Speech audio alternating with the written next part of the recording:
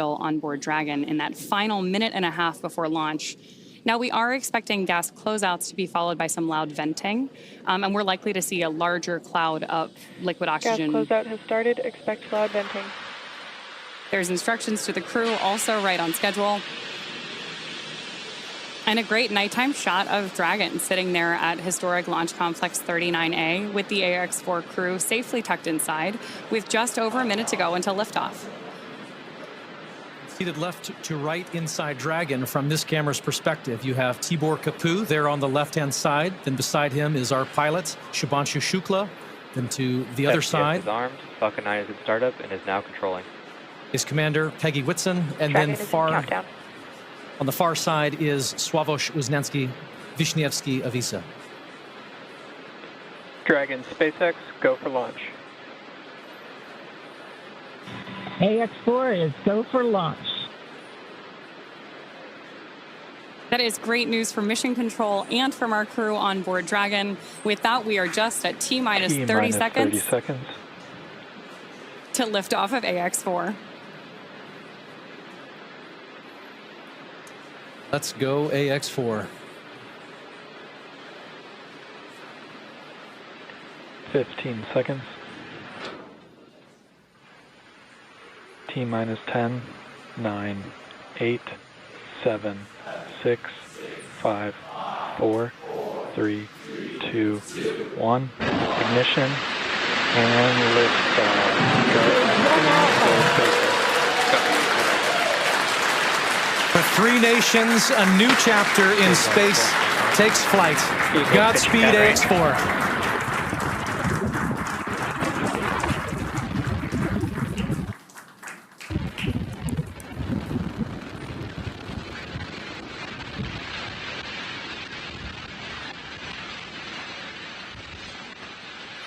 T plus 30 seconds into flight with the Axiom-4 crew on board Dragon, headed to the International Space Station. Waiting to hear call-outs from the Falcon 9 engineering team. Power and telemetry nominal. Stage 1 throttle down. We're throttling down the 9 Merlin engines. We're into the throttle bucket, preparing for max Q. Max Q.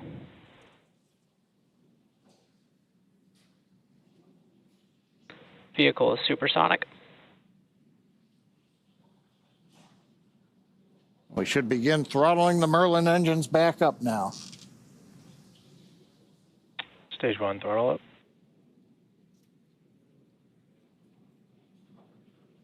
Mission control confirming Stage 1 Bravo. that throttle up, and we Copy, are 1 Bravo. hearing our Commander Peggy Whitson call out the first abort mode. Each of these are a specific phase where if for any reason we had an in-flight abort, underway. Dragon would abort to a safe location. So we're going to call out each of those milestones as we pass through them. We also just heard the call out for MVAC chill. We're going to trickle just a little bit of liquid oxygen now into the turbo pumps on board our Merlin vacuum engine on stage 2 in preparation for second engine start 1, which will of course be shortly after stage separation. Now, at this point, we are just about 30 seconds away from 4 events that are going to happen in rapid succession. The first one will be main engine cutoff, or MECO, then again followed by stage separation, ignition of that second stage engine, which we are already preparing for, as well as the first stage's boost back burn. With that confirmation from mission control that we are throttling the first stage engines down, we are expecting MECO at T plus 2 minutes and 26 seconds. MECO. Stage separation confirmed.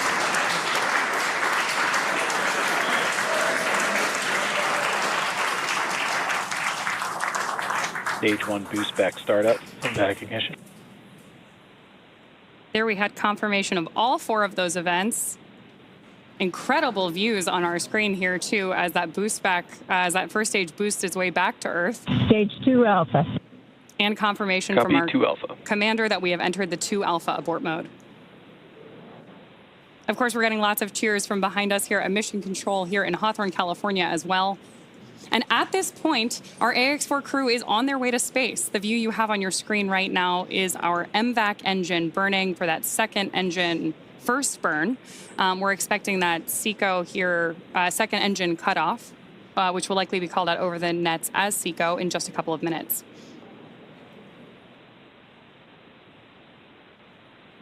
Stage 1 boost back shut down. Confirmation that the boost back burn on our first stage booster is now complete, and the booster is heading back toward the Florida coast to attempt a landing at LZ1. At this point, stage 1 is actually still coasting to apogee. We're about to deploy those grid fins so that we can steer the vehicle as it enters the Earth's atmosphere. Dragon, SpaceX, nominal trajectory. And that call out from Mission Control means Dragon that copies, nominal trajectory. everything is right on track. T+4 minutes, everything continuing to go well, and we've got our first view of the crew. They're inside Dragon, second stage continuing to fire. Right now, second stage, just a little bit more than 1G. There's so much propellant that even with a 220,000-pound thrust engine, it takes a while before the G loads start to build up during the second stage flight. Meanwhile, first stage continuing to coast up to apogee, and that actually now, as you can see on the bottom left of your monitors, we have begun coming back down. It takes a couple minutes to go up, a couple minutes to come back down. That first stage heading back to landing zone 1 at Cape Canaveral. All right. Dragon, SpaceX, nominal trajectory. Words we love to hear. Dragon copies, nominal trajectory.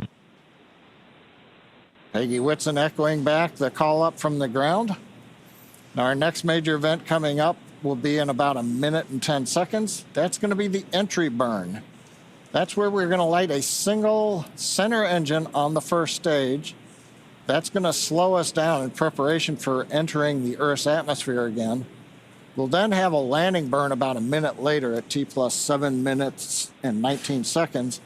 Now for that one, we actually light 3 engines again. Then quickly once we've kind of jammed the brakes on, then we'll turn off 2 of the engines. We'll be down to just a single engine. Getting good views of the MVAC-D engine. There are a couple of cameras on the back of the second stage that give these views. And of course, the view inside the Dragon spacecraft showing the crew. Dragon, SpaceX, nominal trajectory. Continuing the call-outs right on time. Dragon copies, nominal trajectory. Now, right now, as Ronnie pointed out, the grid fins have been deployed, but they're not being used. Right before the entry burn, we'll possibly see a little bit of motion if we can pick up the first stage camera. That's just to check out. It's not until we actually get through the entry burn. Stage 1 entry burn startup. That we get back in the atmosphere. And now here is entry burn call out. This is going to be about a 12-second burn. That's going to slow the vehicle down. You can watch Stage 1 that. entry burn shutdown. There you just saw on the left-hand side of your screen that first stage entry burn shutdown. Right now on your screen, we've got great views of our second stage engine, the Merlin vacuum engine, continuing to take our AX-4 crew to orbit. The next milestone for our first stage is going to be the landing burn, where we'll relight just the center engine, as John mentioned. Dragon, SpaceX, nominal trajectory.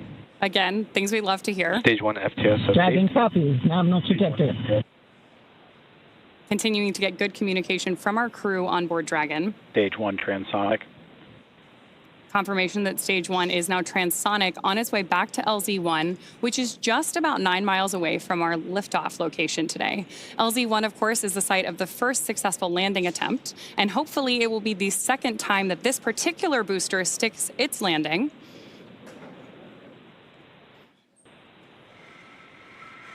Seeing those actuating of the grid fins that John mentioned. Stage 1 landing leg deploy. Stage 2 FTSS safed. Stage 1 landing confirmed. That was a picture-perfect landing. That was great. Absolutely stunning.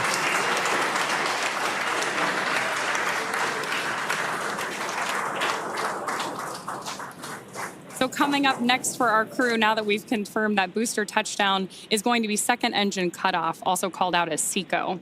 Then the second stage will coast for a few minutes until Dragon is commanded to separate from the second stage. There's our AX-4 crew awaiting that SECO call out here. Stage 2 is in terminal guidance.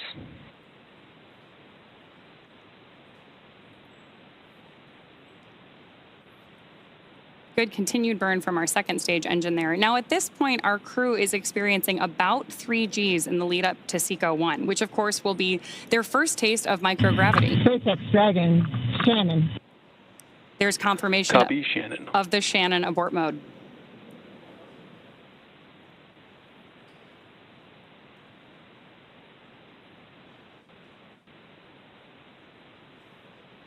MVAC shutdown.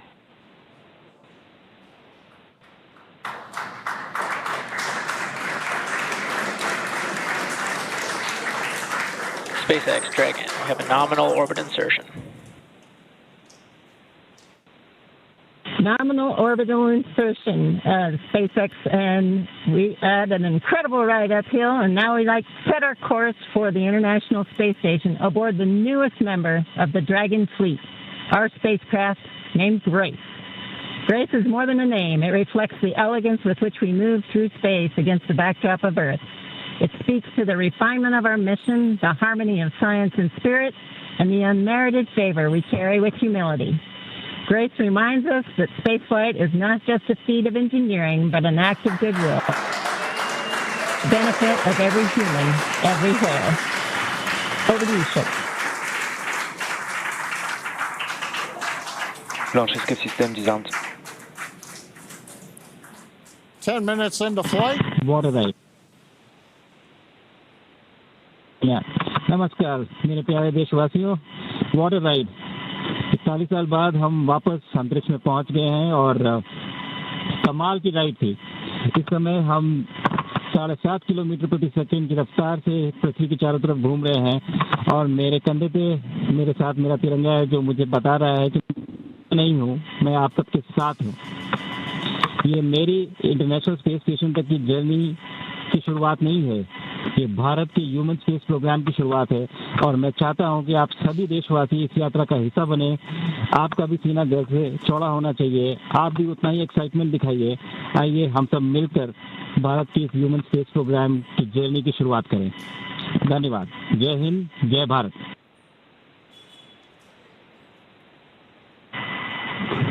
Thank you, Shucks. Drogie Polki i Polacy, dziś robimy ogromny krok w stronę przyszłości technologicznej Polski. Polski opartej na nauce, wiedzy i wizji. Niech ta misja będzie początkiem epoki, w której nasza odwaga i nieustępliwość kształtują nowoczesną Polskę.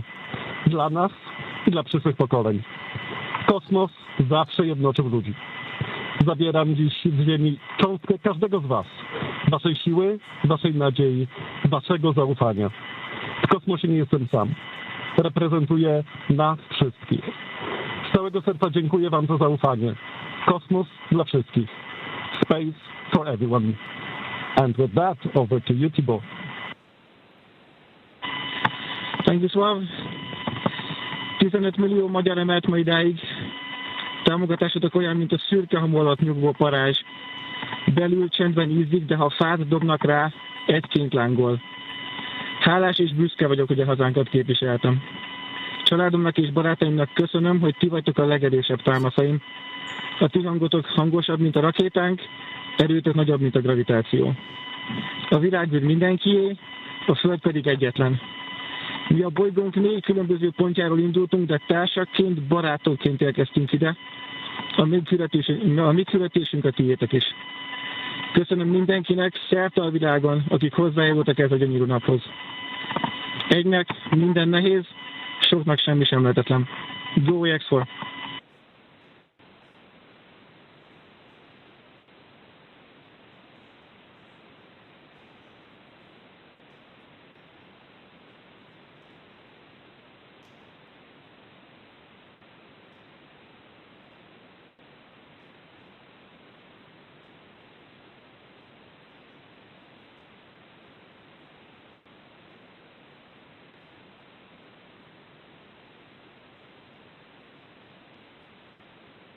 And we are getting some views inside of the newly named capsule that the crew Dragon SpaceX, announced today. On behalf of the entire SpaceX launch team, thank you. It's been a privilege to work with you so far, and we're excited for you to have a safe flight and a safe return home. Good things come to those who wait.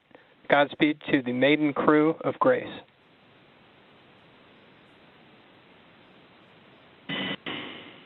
And we thank you all as well. And so with today's successful launch of Axiom-4, the teams at NASA's Johnson Space Center will continue to monitor Dragon's flight to the International Space Station over the next 28.5 hours. NASA's role in this journey really kicks in at a period called Integrated Operations, which begins during the spacecraft's approach to the space station and continues during the crew's stay aboard the orbiting laboratory, where they will conduct science, education, and commercial activities, and will conclude once the spacecraft exits the vicinity of the International Space Station. During integrated operations, the NASA, SpaceX, and Axiom space teams are all working in lockstep.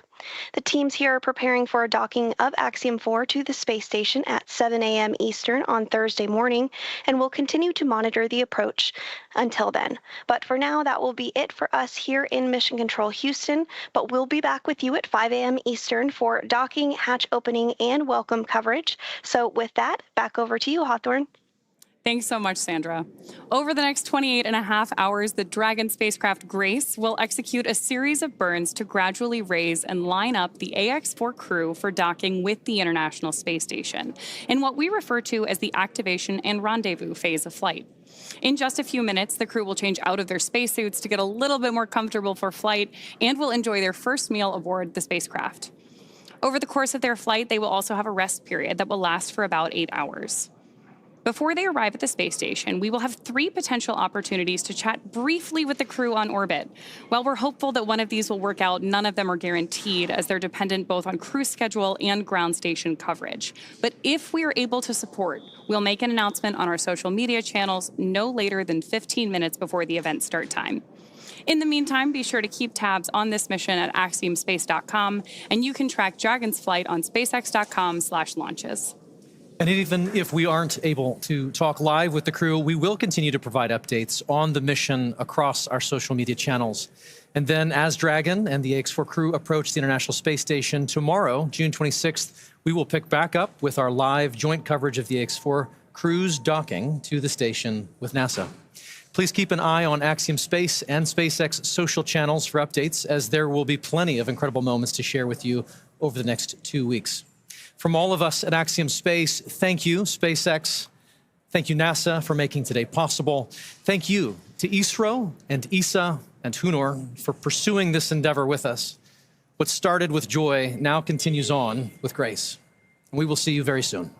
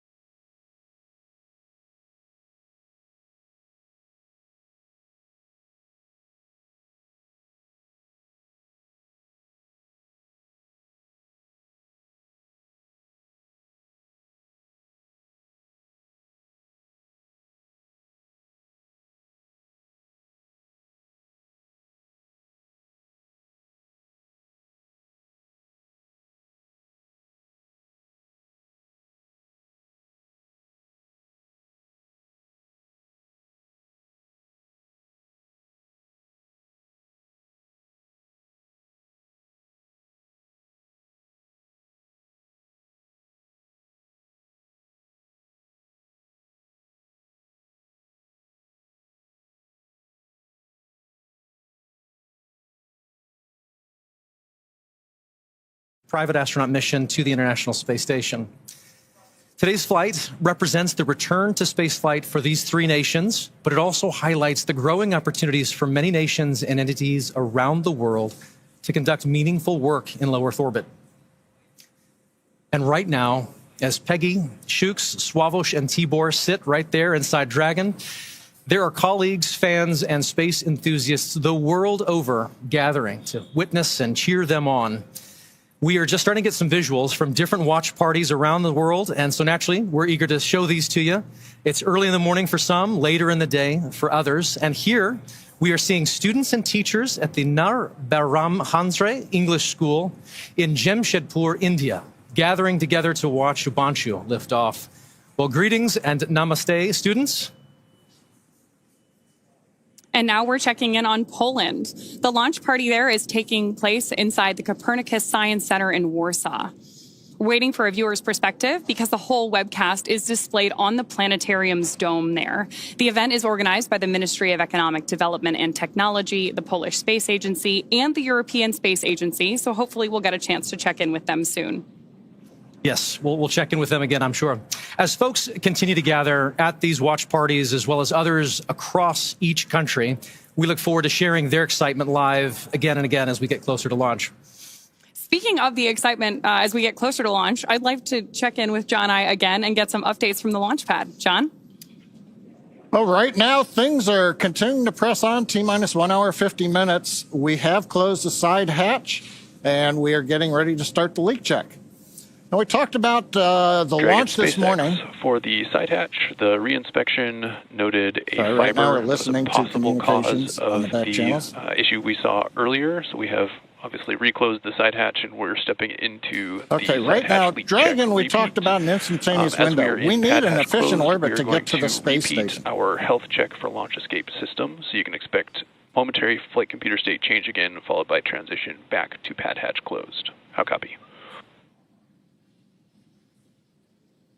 In your reinspection, you found a fiber, and we are looking forward to another flight computer transition like we had before, as you repeat the leak check.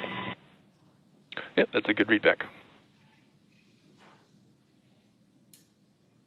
Yeah, we're listening to Peggy Whitson talking to the ground team at SpaceX.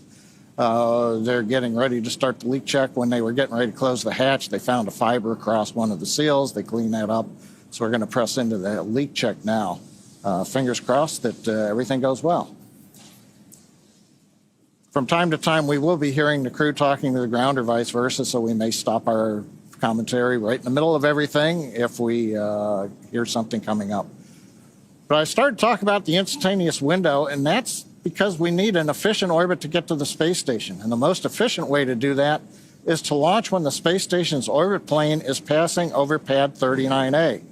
But that also means that you have to launch on a precise second this morning, and that's what we call the instantaneous window.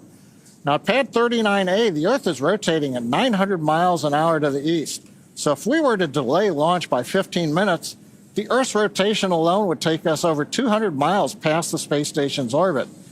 And the errors you get launching too soon or too late, they're the ones that cost you the most propellant to try to make up. Now, while the orbit that the space station is flying in is going to be directly overhead at liftoff, the actual station may be several thousand miles away in its orbit. But that's a lot easier to fix. As Dragon gets into orbit, its speed will be a few hundred miles per hour different than the space station. And so in several hours, we can make up a couple thousand miles without a problem. So overall, it's kind of like catching up to your friends on a highway. If you're on the same highway, you can speed up or slow down to catch up with the other automobile. It just takes you some time. But if you end up on parallel highways separated by 15 minutes, you're going to have a hard time catching up to your friends. And that concludes today's segment of My Friend, Orbital Mechanics. With that, back to you, Ronnie and Paul. Awesome. Thanks, John. After a successful liftoff and orbital insertion, the AX-4 crew are set to rendezvous and dock with the International Space Station tomorrow at 7 a.m. Eastern. They'll spend approximately 14 days aboard the orbiting laboratory, bringing the total occupancy count up to 11. And upon entering the International Space Station, the AX-4 crew will be greeted by the current expedition crew members with a welcome ceremony, which we look forward to showing. This will be followed by a handful of onboarding exercises with the station commander, but then each crew member will immediately jump into their scheduled mission timeline. For the next 14 days, every minute of their workday will be scheduled with public engagements, science, research tasks, and a variety of activities that are unique to microgravity. To prepare for this endeavor, this crew has spent the last 10 months working with instructors and subject matter experts to learn every system they will be interfacing with on station. They have studied and practiced every experiment, reviewed and rehearsed every event, all to maximize their time in space. Collectively, this crew is undertaking the largest quantity of scientific research efforts of any Axiom space mission to date, with over 60 research activities on their timeline, representing 31 different countries. Missions like AX-4 continue to expand what is possible, setting the stage for even greater opportunities to come. At the conclusion of their time on the station, the crew will participate in a closing farewell ceremony and begin their preparations for the journey back to Earth. Currently, that flight is targeting just about 2 weeks from today for both return and splashdown. And so while the teams are progressing towards launch there on the launch pad, why don't we look back at what some of those efforts have been to get them to this point? For context, this crew has been living in an isolated quarantine bubble for the last 4 weeks, having reported to quarantine on May 25th. In that time, they have shifted their sleep regimens to adjust their circadian rhythm to match those on board the International Space Station. And over the last few days, they have finessed that further to be ready for this moment. So earlier this evening, the Axiom Space Ground Operations team drove the AX-4 crew to Kennedy Space Center, where they shared a brief moment with loved ones before being officially handed over to SpaceX for launch.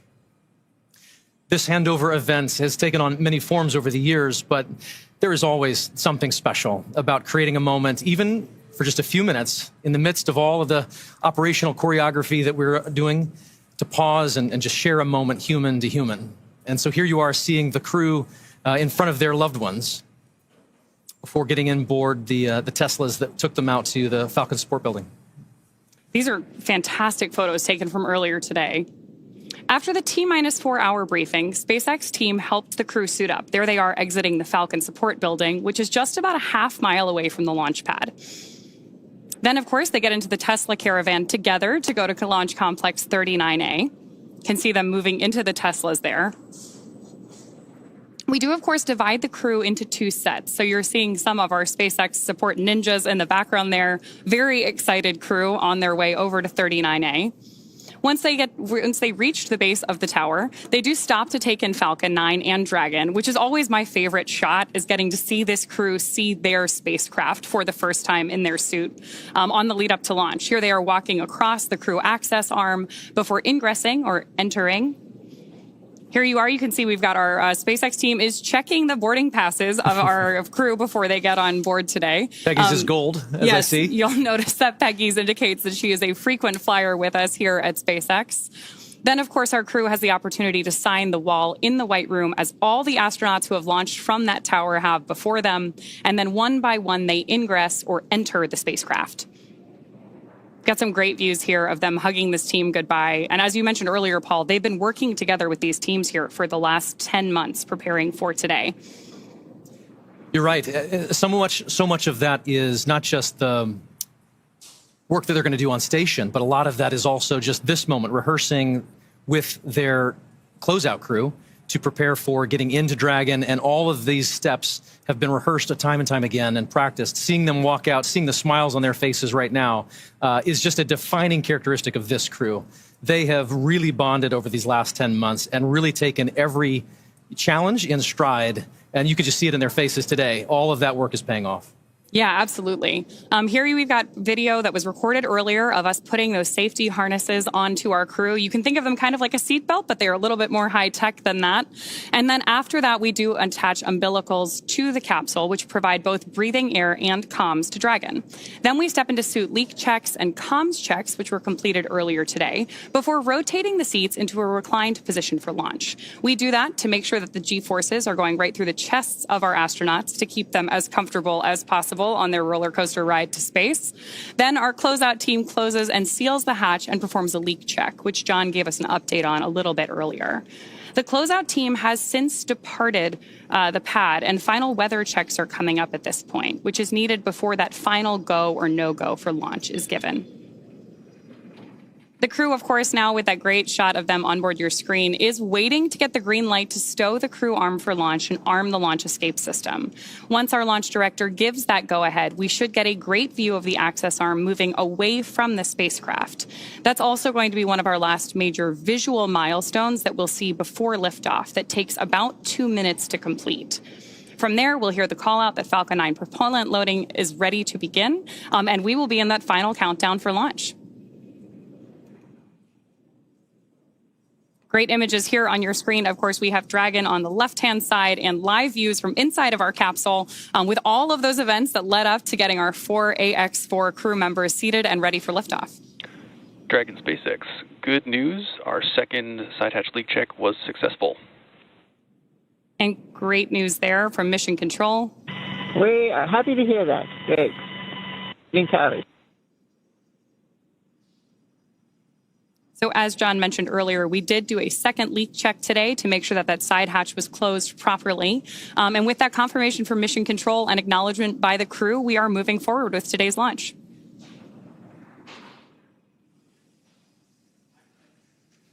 Obviously, Peggy has been through this once before successfully, and it is a first time for the other 3 crew members. But just seeing each of them all together as a team there inside Dragon is a sight that, well, it's just rewarding to see. We've shared a bit about our crew members on this AX-4 mission, but to properly introduce them and the space agencies they represent, we're going to send you now out to Axiom Space's Sonia Gavenkar-McKay, who's joining us from the press site at Kennedy Space Center in Florida.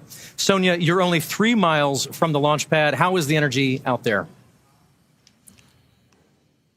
The energy is amazing. The weather is fantastic. It's a little chilly in this room, but we're just hot for this mission. So we're excited to tell you more about the crew, their missions, and what they're going to accomplish on the ISS. This is a special moment for India, Poland, and Hungary. Let's turn our attention now to each space agency represented on board the AX-4 mission, beginning with the Indian Space Research Organization, or ISRO. Their crew member, Shubhanshu Shukla, or Shuks, is our mission pilot.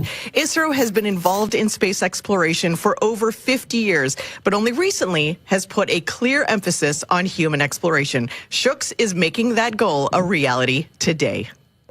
From the Indian Space Research Organization, AX-4 pilot Shubhanshu Shukla. Namaste.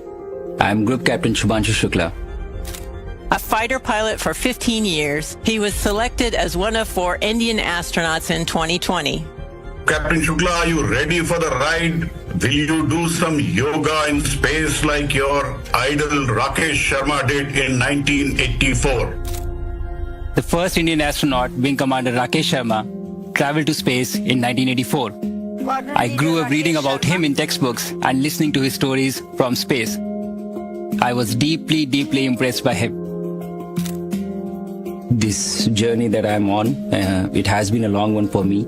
And it started out somewhere. I didn't know that this is the path it is going to finally take. I would say that I've been extremely fortunate and extremely lucky to have gotten the opportunities to first fly all my life, which was a dream job for me, and then have the opportunity to apply to astronaut corps, and now consequently be here. The way this worked out for me was that probably a week before we arrived at Axiom was the time I came to know that I will be going. I was extremely excited to be here. I was very, very happy because this was a possibility for me to actually fly to space. You don't know how to respond to such things. Shuks' wisdom, the knowledge that he possesses, he could be 130 years old. For me, having him as my pilot in the Dragon capsule is great. He already has that operational savvy. You know, he's just wicked smart when it comes to spacecraft technologies. He is very focused and he will basically go 1, 2, 3, 4 in a record time. I don't even know how he gets there so fast. The team that I'm flying with on this mission, it is fantastic. I do feel that, I have exceptional crewmates. I will have these crew members for this one flight, but post this mission, these are going to be my friends for life.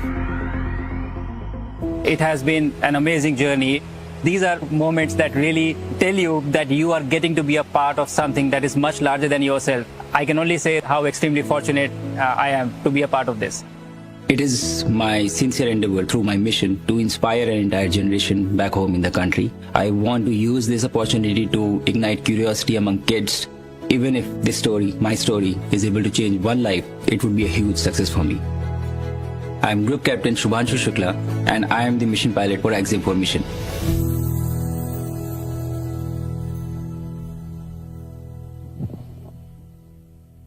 I'm joined now by Prasanth Balakrishnan Nair, a fellow Gaganyaan astronaut from ISRO. Papa has trained alongside Shooks for the past 10 months as the backup mission pilot. Papa, thanks for being here today, although I can't imagine where else you'd want to be. Yeah, exactly. Thanks, Sonia, for having me. Well, let's talk about Shooks a little bit. When was the first time you met, and what was that meeting like, and what was your impression of him? Oh, he's a fantastic guy. So we met a few years back. We are both fighter pilots and we are test pilots. So when we got selected for our own Gaganyaan program, that's when we met. And very few people know this. I am 9 years older to him. Oh, really? I look younger. You do, you do. Yeah. See, I'm not, hair still hasn't come out. Yeah, but that's when we met. And Shooks has been a fantastic guy. In the last 10 months when we have been training here, it has been such a satisfying thing for me to be his wingman. Mm-hmm. Okay, as a fighter pilot lingo. Right. And he's got that drive and that focus in him on what he wants in life. Mm-hmm. Once he decides, like, for example, to be the first Indian to go to the International Space Station, right. He puts that over there, focuses on it, puts his entire resources and his mind into it, removes all other obstacles, and he's there right now. Well, and that's what he is. That's amazing and shows why he's in that pilot seat. Yeah. Tell me about the 10 months of training that you all went through. What was a point that stuck out to you? What was the overall experience like? The overall experience was, I didn't know whether it was work. It was more like, coming to one big picnic, and imagine you're doing space training. Yeah. And in that, when you can actually make it really cool, at the same time professional, that has been our experience. It's been really marvelous, training with Axiom, NASA, SpaceX, with the other countries, and Peggy. It's been fantastic. A legend. You get to train with a legend. Now, I have seen you do some of the training, but the food training, I think maybe was one of your favorites? Yeah, well, you can't, the army marches on its stomach, right? Yeah, and we astronauts also fly to space on our stomach only, yeah. The food was the fantastic part, and we went for this NOLS training, National Outdoor Leadership School in Where Baja. you really got to bond as a team. It was fantastic, because we realized it's in such situations when we are kayaking and the weather was down and when the resources are low and the only thing we have to back on is each other. It was fantastic to know each other really threadbare. And it was beautiful, because these are those moments when you train as a team that we come to know not just the strong points, but the limitations. Right. Because when going to space or doing such kind of activity, the most important thing is to know your teammates' weak point so that you can be there to support him. Right. Yeah. Wonderful. Thank you, Papa, for being here. Good luck to you. Good luck to India. Good luck to the entire ISRO agency. We're here now, finally. Good luck. No, definitely. Thank you for having me. And I want to, on behalf of Axiom and all, give a big shout out to my Prime Minister, my chairman, my wife Lena, and my daughter Nandini, and my parents, and everyone back home. Thank you, everyone, and all my countrymen. Indeed. Jai Hind. Indeed. Thank you so much. Well, let's meet our next crew member. We'll take a closer look at Sławomir Uznański-Wisniewski and the return to space flight for the nation of Poland. Sław is continuing and growing the partnership between Axiom Space and ESA. His scientific background and energetic spirit make him an incredible asset and truly engaging addition to this diverse crew. I think both mountains and sailing, my head gets clear. I'm focused on how to choose my path. How are you? Good, very good. Congratulations. Second peak, 6,000 meters. How does it feel? Good, perfect. How I see the world is out there for us to enjoy it. When we live, we try to understand, and actually this is a lifelong learning. Representing Poland, ESA is a project astronaut, Sławosz Uznański-Wiśniewski. Sławosz Uznański-Wiśniewski. His name is a mouthful, so we quickly gave him the call sign Swav. He is an engineer from CERN. He is a project astronaut. He is a mountaineer. He is a sailor.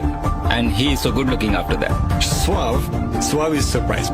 He is a kind of guy whose country should be proud of. We are the European Organization for Research, known as CERN.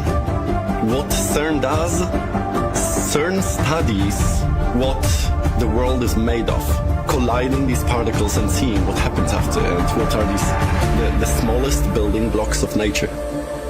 In my work as an engineer, I try to understand what happens around, how to build better systems, how to solve certain problems, and that's, I think, the way how I look at the world.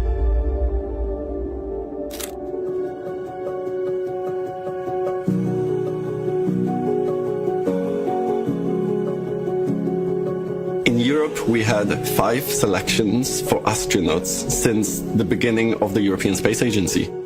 I followed some of the astronauts, for example, Luca Parmitano, when he was changing the cooling system of the AMS detector, the CERN design. I had no idea if it was going to happen during my life or not. I was a scientist, but I was always waiting for this possibility. And the opportunity came up in 2021 to apply, and then Poland chose to pursue a mission in 2023. That was that moment where the whole journey of me being an astronaut started. After 50 years since General Mirosław Hermaszewski's mission, the second Poland space will be Sławosz Uznański. This mission to the International Space Station is demonstrating the capabilities, but it's also demonstrating the ambition that Poland wants to contribute at the global scale. Today, I represent Poland, but also I represent a generation of Polish people to be able to contribute to technology and science at the global level. Space is for everyone. I am Sławosz Uznański-Wiśniewski, ESA project astronaut from Poland.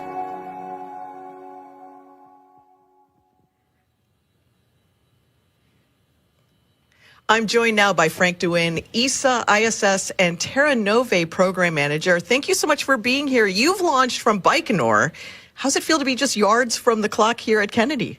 Well, it feels great, of course, to be back here. We have, of course, launched already a lot of ESA astronauts here on SpaceX Crew Dragon missions, and so it's always great to be back. Especially on a launch day, right? Especially on a launch date, yes, certainly. And this is your ESA's second time launching a project astronaut with Axiom Space. It's a new concept. What kind of lessons learned did you get from AX3 the first time a project astronaut flew on an AX mission? Well, the lessons learned that we had, of course, is that these missions can be extremely successful for ESA and for our member states. We can do a lot of science on those missions, technology development. For example, during the mission here with Sławosz, we will have 13 Polish experiments that will be flying. It's not only about the science, it's also building industrial capability in our member states, gaining support for our exploration program. So these missions can be highly successful for ESA and for the member states that decides to implement them. And does it also grow the pool of astronauts in a unique way? What are you finding as the pool is growing? Well, the pool is growing a little bit, of course. The project astronauts, after their mission, they go back to their normal job. But of course, they remain astronauts. They remain advocacies for space, for education, for STEM. This is also a big part of this mission, inspiration. That we want to bring. If we want to fight climate change, for example, in the future, we need more and more engineers, we need more scientists, and this is needed for our society. So inspiration is also a very important part of this mission. So tell us a little bit about Sławosz. Why was he chosen? Why was he chosen for this mission? What do you think he's going to bring to the table during the mission and after? Well, Sławosz, in the first place, of course, is an excellent scientist. He has worked a lot in CERN as an engineer and a scientist, so he brings that aspect, of course, with him. He has a great personality. If you see pictures of Sławosz, he's always smiling. So that is also something that he can bring to a crew, but also to the European Astronaut Corps. And then again, in Poland, he's really a hero. He's really a star. And that's really great for the young kids that can look up to him and that can also invest their careers in science and in technology. So you think it's going to make a huge impact in Poland. What do you think it's going to do for exploration for the young people of the nation of Poland? Well, I think it's good for exploration and also for ESA, by the way, because through the mission of Sławomir, Poland is also engaging more in exploration, engaging more in the European Space Agency, bringing extra funds to us, so that's great. And again, we will build up industrial capability in Poland, which we all also need. If we want to go to a low Earth orbit economy, for example, we will have to build up more actors, more players that can work and that can contribute to this economy. And therefore, as well, this is a great endeavor. And of course, we will need young people in the future to do this. And that's why Sławomir and this mission will be a great success, I believe. Thank you so much, Frank. Thank you for being here. Good luck to ESA. Congratulations to ESA and the country of Poland. And I can't wait for this wonderful evening. Thank you so much for being here. Thank you very much for having me. Well, let's move on to our next crew member. It's Tibor Kapu. It's an exciting time for his country and his mission, and I want to tell you a little bit about it. This Central European nation is among those who have more recently turned their attention to spaceflight, adopting a formal strategy to get a Hungarian into space for the first time since 1980. This is a return to space that's been 45 years in the making. This is Hunor astronaut Tibor Kapu. When I was watching Olympics with my mom, I remember that anyone who had a Hungarian flag on, on a jersey or on them, we were just cheering for them, like they were our own family members. These are the guys who we are all proud of. Spaceflight, in my eyes, is something similar.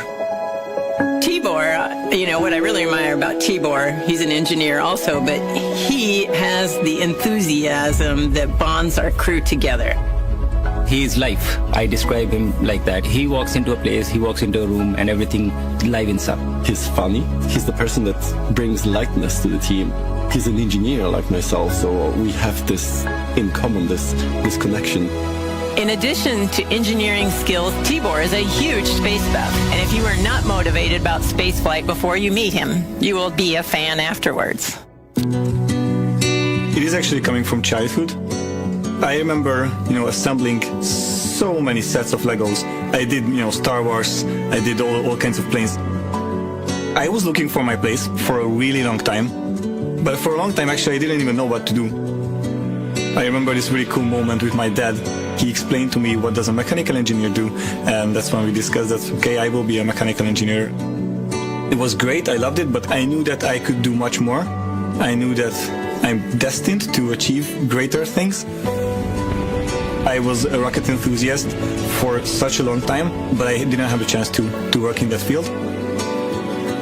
The selection process for Hunor, it was announced in 2021. I was extremely enthusiastic. It wasn't a question if I'm taking that opportunity or not. We did 14 months of rigorous selection process, physical and psychological and cognitive stuff. The whole thing took like 2.5 years. It's much harder than I thought, actually. May 26th was the anniversary of Bertalan Farkas flying to space. He was the first Hungarian astronaut. On that day and that night, I was selected. And I was actually quite proud of myself that I could prove to myself that I am capable of focusing for months and years in order to stand here. So people have been calling me their sons since. I'm joined now by Gyula Szirinyi, a fellow Hungarian astronaut who has been selected alongside Tibor in Hunor's first class of astronauts. Thank you so much for being here, Gyula. You and Tibor were selected around the same time. Tell us what that moment was like. Thank you. It's a great honor to be here. Well, it's a really interesting story because we had a really long selection process, and after the selection, we had 14 months of basic training in Hungary. And even in these 14 months, we've been to the US and we've met Axiom people. We've been to Axiom, and they also were part of our selection. And after that, our selection happened from the four of us, two of us were selected to do the mission-specific training we are here right now and doing right now, preparing for this mission, actually. So this was an amazing journey for us. So the Hunor program only kicked off in 2021. That's a really fast trip to this moment that we're at now. Tell us what that was like. Do you think that this is right on track? Are you excited for the progress that you're seeing? Well, we had to do it really fast because we were not planning for Axiom-4 specifically. We were planning to do a mission. And but Axiom-4 happened, and so we had to jump on it. It was really, really intense for us. But the basic training were finished, and we could continue our training. But we didn't have a lot of time between selection and the Axiom-4 training. We had around just 1 month of period when we were selected and waiting for a mission. And what stands out to you from that training, from the AX4 training? What stands out? Something that was really bonding, something that surprised you? From the bonding perspective, if you ask for that, I would say that our NOAA's training were amazing, which was when we were at Mexico with the That's what crew. Papa said, that he loved being He did say that. Yeah. Oh yes, that was amazing but it's a great analogy of being on the space station. You are not a very well comfortable position. With the crew, you have to solve problems. It's really like being on the space station, and so I really enjoyed that part. But we've done so many things. It was an amazing journey. Tibor has a very intense mission when he's on the ISS. Lots of things to do. What's he going to bring to the table when he's on the ISS? So, from Hungary, all of the experiments we are going up there is Hungarian experiments, and it's like a really good opportunity for Hungarian researchers to show and to get their experiments conducted on the ISS in space. And it's like he's going to be doing radiation experiments. He's going to be growing plants in space. So many things. He's got amazing so many things, portfolio. but bringing along the entire country of Hungary with him into space with all of these activities. Thank you so much for being here, giving us a little peek into your training up until this moment. Congratulations to you, to your entire country. Thank you so much.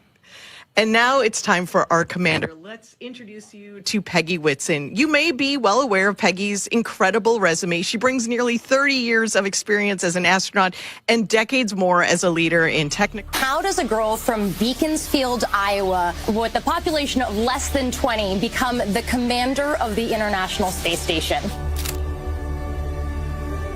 I think that one of the biggest lessons I learned growing up on a farm had to be determination. Diligence to get the job done. My parents are the hardest working people I knew. They taught me that work ethic and never to quit. Peggy Whitson became the first female commander of the International Space Station. In her career, Whitson spent 675 days in space. She also flew 3 long-duration space flights and served as chief of the astronaut office and commander of the International Space Station. AX-4 will be her 5th mission to the International Space Station and 2nd time commanding a commercial astronaut mission. Peggy Whitson is a known name. She has accomplishments that I can only dream of. Peggy is one of the most capable leaders that I had the chance to work with, ever. She passes knowledge to us. She knows where we feel strong, where we feel maybe a bit weaker, and she can support us in that. Being a great leader for her is just natural. When I first met the crew, I was very excited by the fact that they could all laugh at themselves. I think that's a really important characteristic, to be able to have a sense of humor about yourself, not to take yourself so seriously. From there, you can do a lot of work. I actually tell the crew a lot about what I think they're going to experience. I think it helps them prepare. But I'm talking about how they're going to feel, how their body's going to react to it. Everybody's going to be souped up to do, 150% of the work. And so I want them to have an accurate sense of what they're going into as they adapt to being in space. My first flight was in 2002. Obviously, as a rookie flyer, I worried a lot about getting everything right. I didn't want to be the one that made mistakes. To me, it's important to be able to share that and relieve some of the stress off of them and try and focus their worry, because I know they are worried as well, on the right things. I've got 3 different countries being represented, and we prioritize each of their countries' objectives so that everyone's needs are being met. And this is a goal of Axiom. Axiom, and that is to open up space and opportunities to more and more countries. I really consider it almost a dream that we have already accomplished 3 private astronaut missions in 3 years. So I'm really excited to be a part of that. I love working with these young engineers with new ideas. It's a lot of fun. I'm Peggy Whitson, commander of AX-4.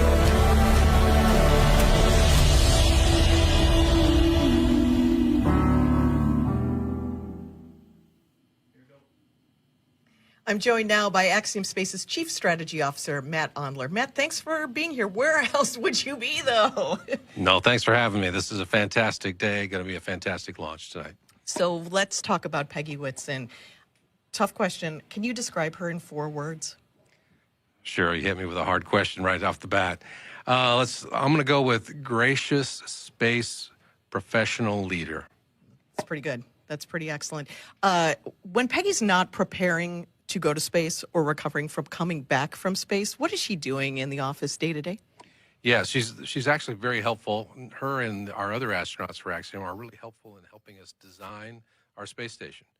And actually, she gets right back to it. After her last mission, it was only about a week, and I found her in the lab helping engineers. We were designing the payload rack, and those sort of insights from someone who's actually been there and had worked in microgravity are really, really important and valuable for our engineers. And I know just walking around the office, you feel like, oh, it's Peggy Whitson. And then she's working alongside you and she's giving you great advice, showing you how to be a leader in every single moment. So it's really wonderful to have her, but also watch her on a mission on the ISS. What excites you about commercial space travel? Yeah, there's a lot of things that excite me about commercial space, but one of the things that I think is going to be so amazing and really change the world is the things that we're going to be able to make in space that you can't otherwise make. You know, we're flying over 60 experiments on this flight. A few of those are repeat, where we've flown this particular team on all 4 of our missions, and by leveraging microgravity and how it affects cancer tumor growth and stem cell growth, they're discovering novel treatments for cancer. And I think those sort of things are just one of many, many examples that are going to occur once we have a commercial space station up there. So this is our 4th mission. Wonderful to see all the growth from 1, 2, 3, and now 4. What are the opportunities for international partners, for foreign nations? Yeah, I really think that we are becoming the world's space agency and really helping lots of countries emerge in space. This particular mission is a great example where all 3 of these countries have flown 1 astronaut before, but it was all 40 years ago.